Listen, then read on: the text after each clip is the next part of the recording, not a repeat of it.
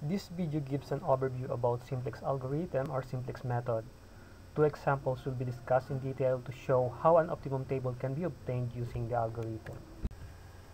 Simplex method, which was developed by George Dantzig in 1947, is an algebraic procedure that can be used to solve small linear programs by hand computations, although a computer must be utilized if you want to solve large linear programs. The Simplex algorithm operates on linear programs in standard form, that is, linear programming of the given form, where x represents the variables of the problem, c the coefficients of the objective function, a p by n matrix, and b constants with bj is greater than or equal to 0. For a maximization or minimization linear programming model, these assumptions should be considered. A set of variables, basic, slack, and artificial variables are constrained to be non-negative, since these variables would represent measurable quantities. A set of linear constraints, each of which contains a less than or equal to, greater than or equal to signs, is converted to a new program of equality constraints, that is for the purpose of transferring its coefficients and variables to the simplex tableau. A linear objective function is either maximization or minimization. The basic variables, usually denoted by x1, x2, or up to x of n, represent the product mix, or the desired units that will yield an optimum or feasible solution. The slack variables, denoted by s1 to s of j, represent the unused resources, or the surplus, and therefore this will demonstrate negligible or zero profit or cost contribution. The artificial variables, denoted by a1 to a of j, represent the most expensive resources substitutes. Thus, they will demonstrate the highest cost contribution to the objective function. Steps in solving linear programming problems by the simplex method. Step 1.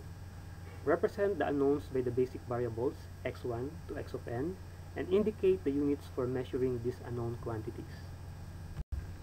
Step 2. State the objective function and set up the algebraic expressions describing the problem constraints with proper inequality or equality signs. Step 3. Convert the constraints to a new program of equality constraints by following these rules. For maximization problem, if the symbol is less than or equal to, then add slack variable s of j to the left side, then change the sign to equality. If the symbol is equal to, then add slack variable sj to the left hand side and retain the equality sign. If the symbol is greater than or equal to, then multiply both sides by -1, add slack variable sj to the left side and change the sign to equality.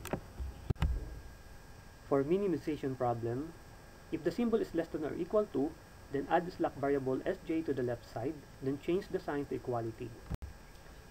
If the symbol is equal to, then add artificial variable a of j to the left hand side and retain the equality sign. If the symbol is greater than or equal to, then subtract surplus variable sj but add artificial variable on the left side and change the sign to equality. Step 4.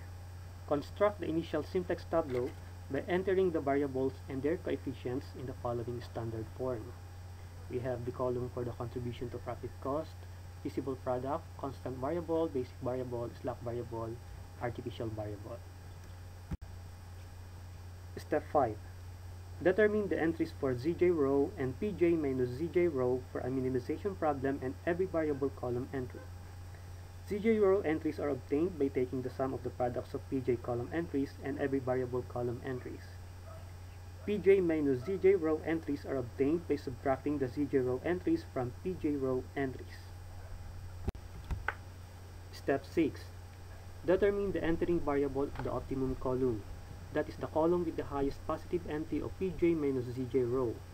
For minimization problem, choose the column with most negative entry of cj minus zj row.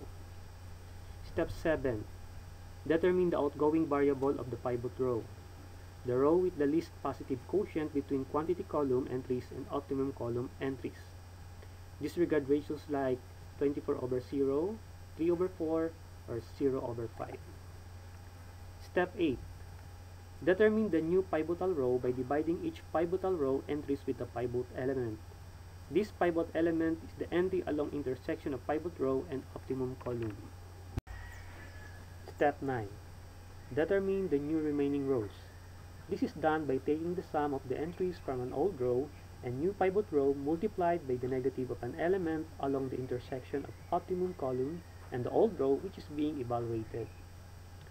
Step 10. Construct the next simplex tableau by entering the values obtained from steps 8 and 9 and replacing the so-called outgoing variable of the pivot with the entering variable of the optimum column from the previous simplex tableau. Complete the simplex tableau by recalculating the zj row and pj minus zj row. If there is still a positive entry found on the pj minus zj row, then go back to steps 6 to 10 in reconstructing the simplex tableau.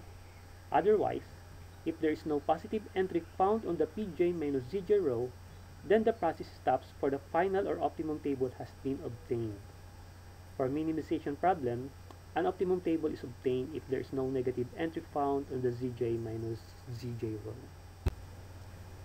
We can get an understanding of the general concept by seeing a particular example. Now, we will do the process of developing the tableau form of a linear program, which is an essential step in the simplex solution procedure. Let us do first the maximization problem. For the given objective function, subject to the following explicit constraints, convert the constraints to a new program of equality constraints. We now construct the initial simplex tableau, where for the product column, the slack variables are the values, including the z of j and pj minus z of j. For the p of j column, the entries are 0. And then we enter the coefficient of each basic and slack variables. We fill the first 4 rows with the values of the coefficients from the new program of constraints. First row, second row, third row, and fourth row. The values for zj row are 0, since the values for the pj row are also 0. Now we obtain the entries for the pj minus zj row by subtracting the zj row entries from pj row entries. And we get the following values. Since 10, which is the highest positive entry of the pj minus zj row, appeared on both x1 and x2 columns, we can arbitrarily select any of these for an optimum column. Ultimately, we selected the x1 column as the optimum column, where x1 is the entering variable. We find the pivot row by dividing the quantity column by the optimum column values. For the first row, we have 7.5. Second row, 25. Third row, we disregard that value. And fourth row, we also disregard the value. Since 7.5 is the least positive quotient, we assign the first row as the pivot row. Okay, so we now have the pivot row together with the optimum column. Since the first row is the pivot row, S1 now is the outgoing variable. Okay. Then we compute for the values of the new pivot row by dividing the pivot row with the pivot element. The pivot element is the value at the cell where the pivot row and the optimum column intersect. Okay, this time that is -2. The new pivot row now contains the following values. And then we also compute for the values of the new row 2. Old row 2 plus new pivot row multiplied by -2. And we have the following values. After that, let us get the new row 3 by adding old row 3 with new pivot row. But since the multiplier of the new pivot row is 0, so new row 3 is equal to the old row 3. Okay, and then for the new row 4, old row 4 plus new pivot row times 0. And then new row 4 equals old row 4 plus new pivot row times 0. We have old row 4. So, we completed the new 4 rows for the next simplex tableau. We now have the new set of rows for the next simplex tableau. That is the second simplex tableaus. Take note that the first value of the pj column is 10, which is the value of the entering variable x1. We can now obtain the entries for the pj minus cj row. Okay, so we have the values. Take note that two columns contains the highest positive entry in the pj minus cj row. Let us take the x2 column, and with that, x2 now is the entering variable. To determine the pivot row, this time, we again divide the quantity column by the optimum column. For the first row, we have 15. Second row, we disregard the value. Third row, 13 and 1/3. And fourth row, we have 31. Since 13 and 1/3 is the least positive quotient, row 3 now is the pivot row. Okay, so we see the optimum column together with the pivot row. To compute for the new pivot row values, we divide pivot row by the pivot element, and we have the new pivot row and values. For the new row 1, we have old row 1 plus new pivot row multiplied by -1/2, and we have the new row 1 values. New row 2, we have the following values, and then new row 4. Okay, we have now completed the new set of rows for the third simplex tableau.